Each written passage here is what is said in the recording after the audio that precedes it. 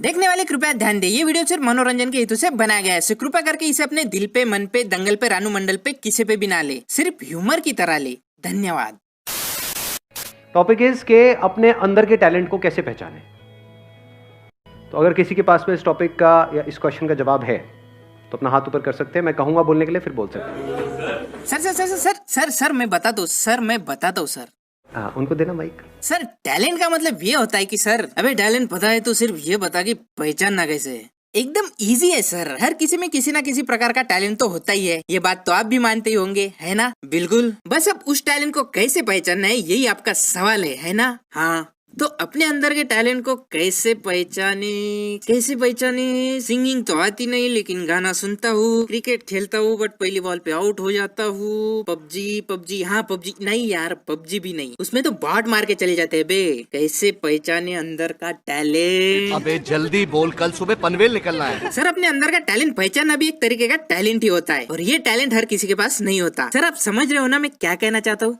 मैं भाई तू वापस जा। नहीं भाई, नहीं, ये स्कीम तेरे लिए है ही नहीं। तुझे अमाउंट की बात। अरे बाबा तुझे अच्छा भाई।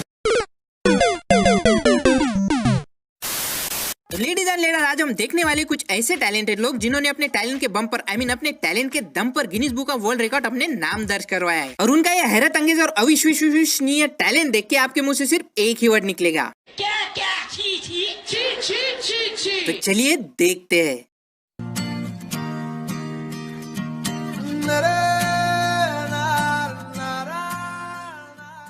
जैसे कि आपको पता होगा कि हर कोई अपने अंदर का छुपा हुआ टैलेंट नहीं ढूंढ पाता, लेकिन आपको ये जानकर हैरानी होगी कि जैसे जैसे हम बड़े होते हैं हमारे साथ साथ हमारा टैलेंट भी बढ़ने लगता है। चाहे हम उस टैलेंट को पहचान पाए या नहीं, लेकिन टैलेंट तो टैलेंट होता है, वो तो अपना काम करते ही रहता है। और एक दिन ऐसे फूट कर बाहर निकलता है कि आपको गिनीज वर्ल्ड रिकॉर्ड मिल जाता है, बिल्कुल इस अंकल की तरह।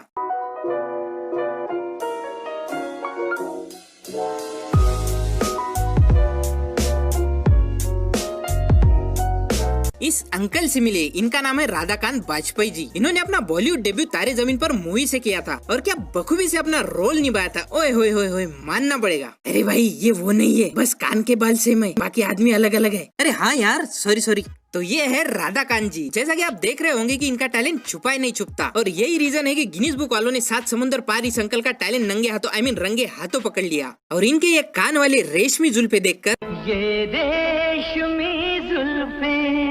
गिनीज बुक वालों ने वर्ल्ड्स लॉन्गेस्ट कान के बाल का रिकॉर्ड इनके नाम चिपका दिया। क्या बात है? इस अंकल जी के कान के बाल की लंबाई है 25 centimetre. Oh my God! Wow! अब ये देख के कुछ लोग सोचेंगे कि इसमें क्या बड़ी बात है, ये तो कोई भी कर सकता है, लेकिन ना मुन्ना, ऐसा नहीं है। अंकल जी को अपने कान के बाल बढ़ाने में अनन्या पांडे से भी ज्यादा स्ट्रगल करना पड़ा था। अंकल जी ने इसके लिए दिन रात सुबह शाम दोपहर एक करके कान के बालों में सरसों का तेल और सेटवेट जेल लगा के ये मुकाम हासिल किया है। तो इसी बात पे इस अंकल जी को एक ग्रैंड सैल्यूट तो बनता है यार। मिथुन दा, I think you deserve a salute from my side. लेकिन अंकल जी एक बात पूछनी थी। पूछो बेटा। जब आपने ये रिकॉर्ड बनाने का ठान लिया था तब आपको किसी ने कुछ बोला नहीं? मतलब कि आपकी फैमिली ने, पड़ोसी ने, रिश्तेदार, किसी ने कुछ नहीं बोला आपको? बेटा बात ऐसी है ना, मुझे मेरे वाइफ और बेटे का फुल सपोर्ट मिला था। इसका मतलब कि मेरे फैमिली को इससे कोई दिक्कत नहीं थी। लेकिन बेटा पड़ोसी और रिश्तेदार को तो तुम समझ ही सकते हो, और ये सिर्फ मेरे ही नहीं बल्कि सबके साथ सेम प्रॉब्लम होती है। इसलिए मुझे वो गाना बहुत पसंद है। मैं भी चंगा, मेरा पुत्र भी चंगा, मेरी फैमिली भी चंगी, रिश्तेदार और पड़ोसी स्ट्रोक। बेटा तुम्हारा क्या ओपिनियन है रिश्तेदारों के बारे में? Uncle ji, my answer is also. My answer also the same. Nothing. He also believes he should get some sort of government funding for his achievement, and is dismayed at the lack of excitement of his ears. Government is not providing any assistance, and society is also apathetic. Uncle ji आपको क्या लगता है कि आपको क्यों नहीं मिली government से funding? अरे बेटा क्या है ना, ये गवर्नमेंट वाले बिना असली टैलेंट की कदर नहीं करते। ये बिक गई है गवर्नमेंट, ये बेंचस्ट्रोक सारे मिलके। बेटा बाकी आप समझदार हो, मैं आगे कुछ नहीं बोलना चाहूंगा। लेकिन अंकल आपको फंडिंग तो मिलनी चाहिए थी, क्योंकि आपका इंटरव्यू तो ANI, CNN, BBC, NRC, CAB ऐसे बड़े बड़े न्यूज चैनल वालों ने लिया था। हाँ बेटा, लेकिन क्या करे, जब किस्मत ही होती है बुरी तो कुछ नहीं कर सकता संदीप माहेश्वरी। हाँ बेटा, मैं भी तुम्हारे वीडियो देखता हूँ। अरे अंकल, वैसे देखा जाए तो अंकल सही हुआ कि आपको गवर्नमेंट की तरफ से कोई फंडिंग नहीं मिली। अगर मिली होती और ये बात बाकी लोगों को पता चलती कि शरीर के भिन्न भिन्न हिस्सों के बाल बढ़ाने से गवर्नमेंट की तरफ से फंडिंग मिलती है, तो साला सबको फंडिंग देते देते देश की इकोनॉमी डाउन चली जाती, और फिर नाई और ब्यूटी पार्लर वालों का भी धंधा चौपट हो जाता। सही पकड़े हैं। लेकिन कुछ भी कहो यार, अंकल जी ने Guinness book of world record में अपना नाम तो दर्ज करवाया है। गिनीज बुक वाले भी जब अंकल जी को पहली बार अवार्ड देने पहुंचे होंगे तो उनका भी रिएक्शन कुछ ऐसा ही रहा होगा। कमाल, लोगों को कहाँ कहाँ बाल आते हैं। तो बढ़ते हैं हमारे दूसरे टैलेंटेड शख्स की ओर, जिन्होंने एक बार नहीं बल्कि 2 बार अपने टैलेंट के दम पर Guinness book of world record अपने नाम किया है। तो इनका नाम है मोहम्मद खुर्शीद हुसैन। ये 23 साल के हैं और ये एक IT स्टूडेंट है। तो चलिए देखते हैं इनका टैलेंट क्या है।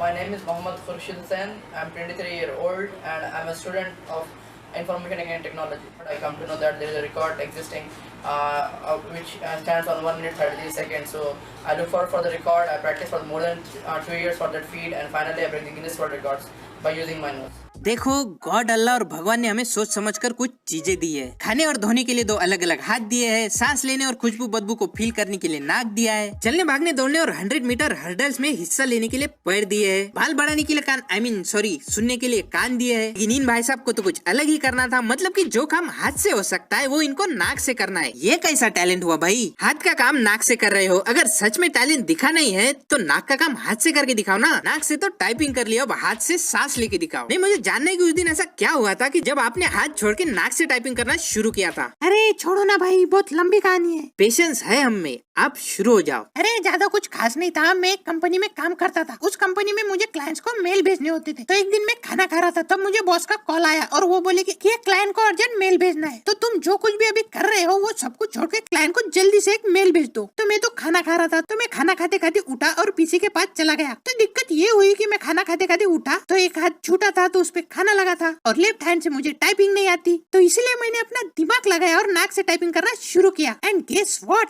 Mission pass. मैंने अपने क्लाइंट को मेल भेज दिया, वो भी सिर्फ नाक से टाइप करके। अरे लेकिन झूठा हाथ धोके तुम हाथ से भी टाइपिंग कर सकते थे ना। लियो, कर दी ना छोटी बात। अगर मैं उस दिन हाथ धोके टाइप करता तो मुझे मेरे हिडन टैलेंट का पता कैसे चलता? है दुनिया में कोई मेरी तरह होशियार? सच में यार, मानना पड़ेगा क्या दिमाग लगाया है।